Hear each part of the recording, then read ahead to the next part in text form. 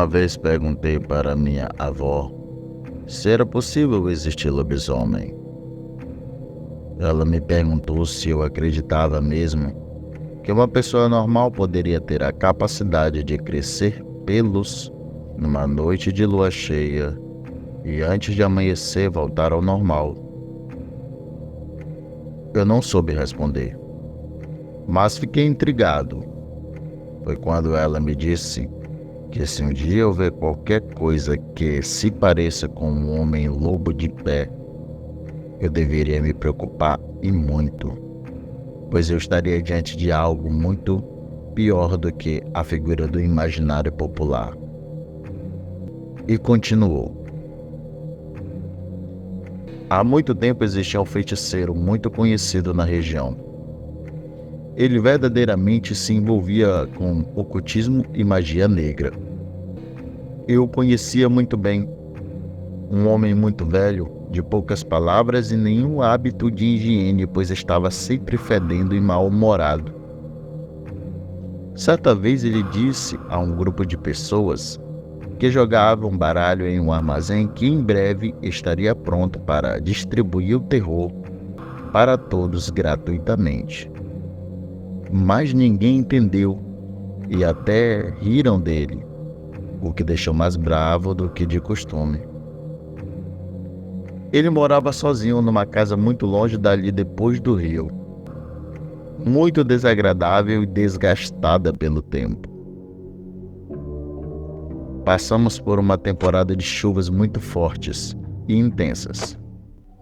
As ruas de barro estavam sempre cheias e não se via 1 metro à frente por causa da chuva e do vento.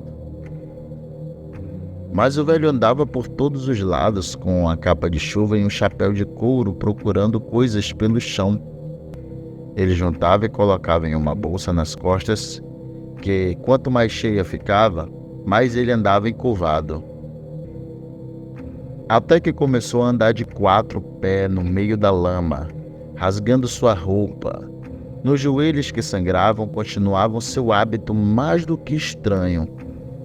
E com sangue, ele se ajoelhava em algumas portas e pronunciava em voz alta palavras que ninguém conseguia entender, pois não era um idioma conhecido da região, mas que parecia uma reza muito macabra, pois davam calafrios em quem tentava entender, e quando saía de perto, ele ia repetindo aquela mesma maldição, espalhando um misto de medo e raiva em algumas pessoas.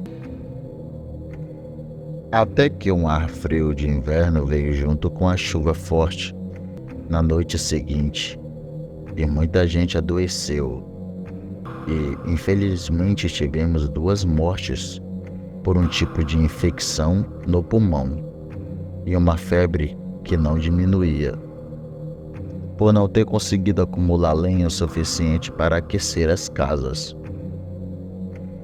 Nisso, o velho também sumiu, mas ninguém se preocupou, pois tínhamos um problema maior. Não tínhamos como nos aquecer por muito tempo, pois a lenha estava acabando. Durante a noite, o frio com a chuva castigava, mas alguma coisa estranha rondava as casas. Alguém andava pisando com muita força nas poças de água e resmungos com choro se ouvia. Era como se alguém estivesse num sofrimento e agonia, e isso se repetiu por algumas noites, mas ninguém se atreveu a descobrir o que era. Tamanho era o frio e fortíssima chuva. Todas as casas que foram amaldiçoadas pelo velho estavam em perigo, porque na madrugada da mesma noite, a primeira casa recebeu a visita de uma aparição horrível, de alguém que andava como se fosse um cachorro muito grande, e às vezes se segurava pelas paredes, mas não se distinguia o que era. E isso se repetiu várias noites.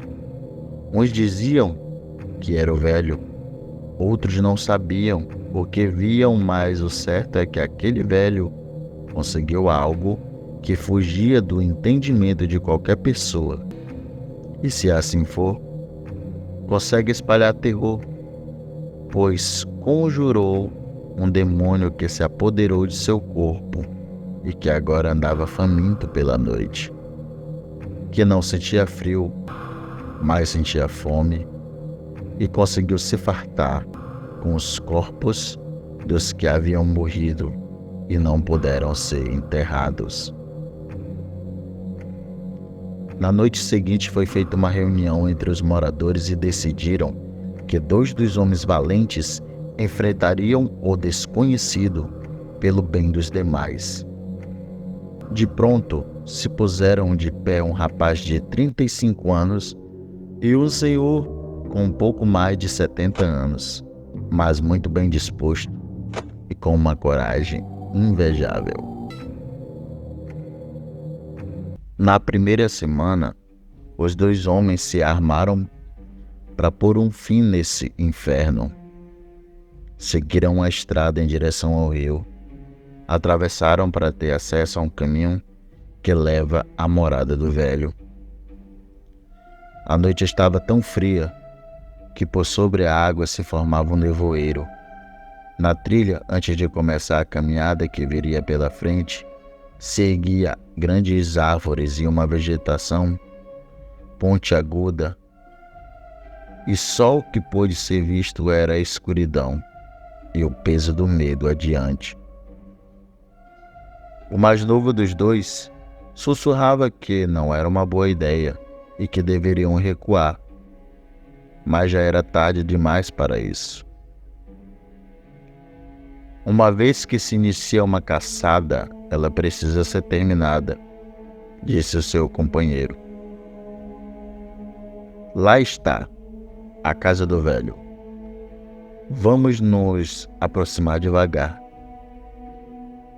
Agarrando um crucifixo preso a uma corrente em seu pescoço, fez uma oração e continuou caminhando na direção daquela casa. De longe podia-se ver um pequeno fogo aceso dentro da casa velha, mas que não iluminava toda ela, apenas um pedaço muito pequeno. E ao se aproximar se depararam com a casa vazia, e então o medo de que as pessoas do vilarejo corriam um perigo, até que... Espere! Algo está vindo em nossa direção. Não pelo caminho, mas pelos mangues. Era alguma coisa que caminhava com dificuldade, mas mesmo assim constante. A respiração era tão ofegante que se ouvia antes do barulho. Os 2 ficaram de pé e se encostaram em mourões de uma velha cerca de arame de farpas prendendo a respiração. Ouviram o sofrimento e choro de uma criatura no escuro total, que não conseguiram descrever, mas ao passar por eles, se mostrou ter pelos por todo o corpo e mesmo assim era um homem. Eles juram. O mais velho puxou então a espingarda de cano duplo e escolheu usar os 2 tiros de uma só vez. Mas isso fez barulho e foi o suficiente para a criatura parar e se pôr de pé bem na frente deles. E investigando o ambiente, deu a chance de um único tiro, fazendo-o cair por sobre os arames e se debatendo, se enroscando cada vez mais os arames. E assim ecoou por toda a floresta, e o clarão revelou uma imagem horripilante e macabra. Em menos de um segundo foi possível ver o que ninguém acreditaria. Então um grito muito estridente se ouviu, e a fumaça de pólvora serviu de cortina e uma chance de fuga alucinante no meio da noite em direção ao rio. Chuva e vento os empurravam até o barco, e chegando, puseram a remar com tanta vontade que se esqueceram do cansaço. não tinham certeza do que era. Não conheciam por lobisomem, mas sabiam que era o mal encarnado em alguém que procurou tudo o que existia de mais destrutivo nesse mundo: o desejo de se tornar um monstro. Ao chegar em casa molhados e exaustos, e vi que tudo estava bem, acharam melhor contar a história um pouco menos horrível do que foi. Mas o fato é que esses dois homens enfrentaram um demônio da noite, ou uma forma de lobisomem, se quiserem entender assim.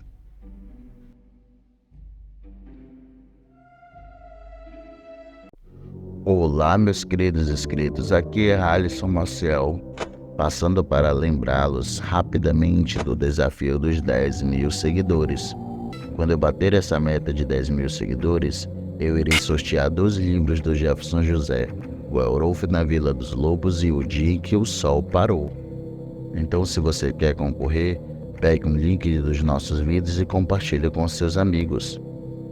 Mas se você não tem paciência para adquirir as obras do Jefferson José no sorteio, entre em contato no link nas descrições.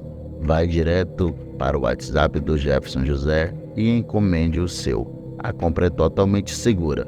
Eu já mostrei eu recebendo os meus livros, a Heloíse hoje dela, e o nosso amigo Hamilton Quaresma, que também é seguidor do canal, recebendo os dele.